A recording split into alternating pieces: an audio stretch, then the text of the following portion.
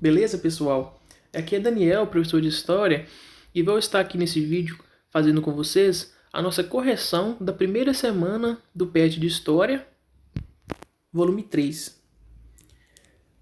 Lá no PET 2, só para dar uma retomada, vocês estudaram muito a relação, de independência do Brasil, o processo lá de construção do Estado Nacional com o Império, com Dom Pedro I, a questão da Constituição de 1824, que foi outorgada pelo mesmo.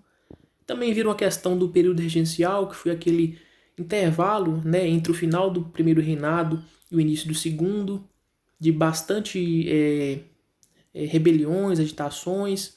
E aqui no nosso PET volume 3, na primeira semana, vamos estar estudando a relação econômica, basicamente o período do café, por que o café se tornou um produto tão importante na economia brasileira.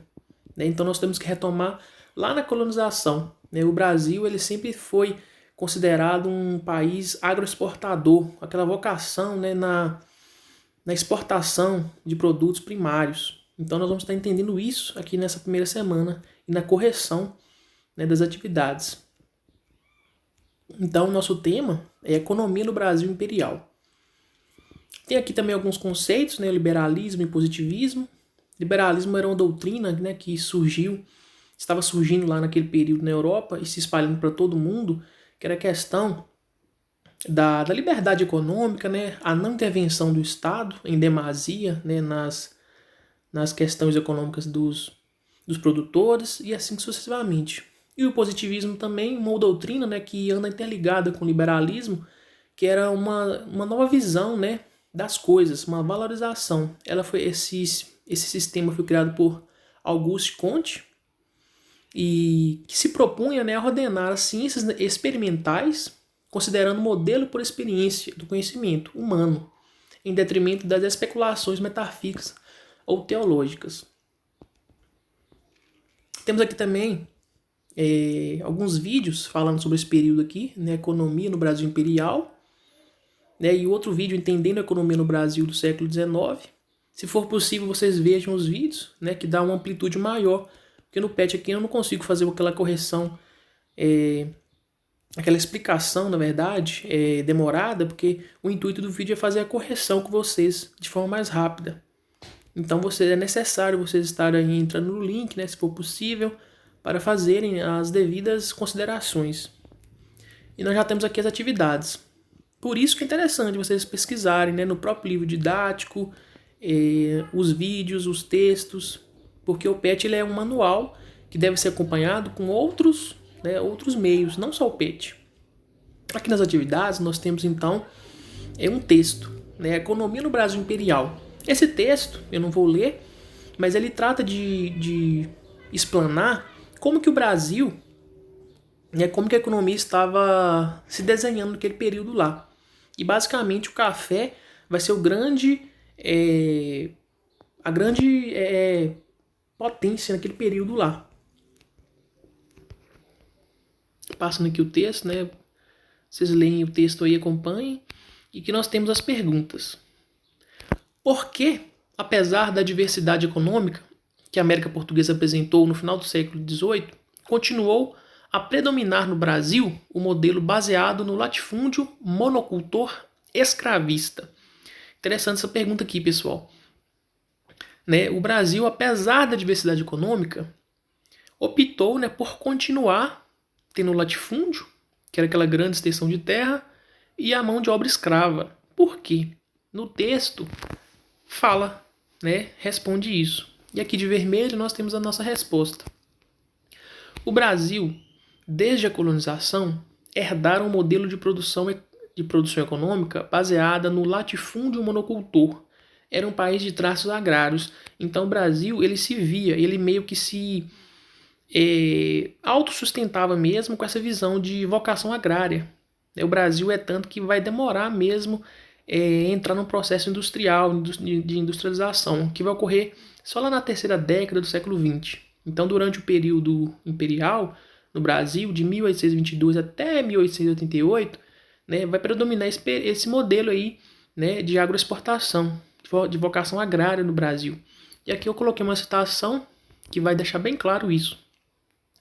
A estrutura agrária do país foi e é concentradora de riquezas e de renda.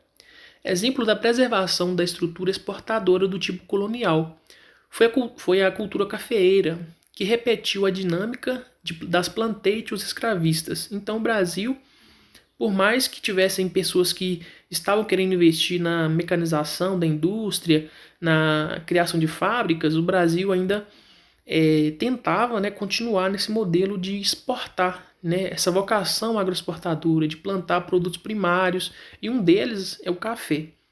E não menos o café vai ser muito importante porque vai gerar grande riqueza e lucro para o Brasil. Por isso que o Brasil, né, se sustentava e tentava continuar com esse modelo, né, de economia. A número AB. Qual foi o obstáculo à ascensão de um efetivo processo de industrialização no país? Eu acabei de falar sobre isso aqui, mas vamos agora na resposta.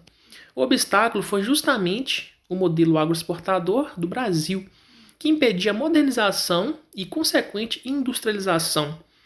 O Brasil tinha uma vocação agrária que o impediu, até meados do século XX, a ter uma efetiva produção industrial de impacto, tanto nacional quanto mundial. Então, o Brasil ele começa a ter uma ascensão industrial só lá no século XX. A C. Qual a posição do analista Basílio Salum Júnior acerca da economia brasileira? O texto lá, né, tem a exposição desse analista e ele tem uma posição sobre isso. Como a pergunta perguntou qual é a posição dele, eu coloquei aqui, né, uma citação.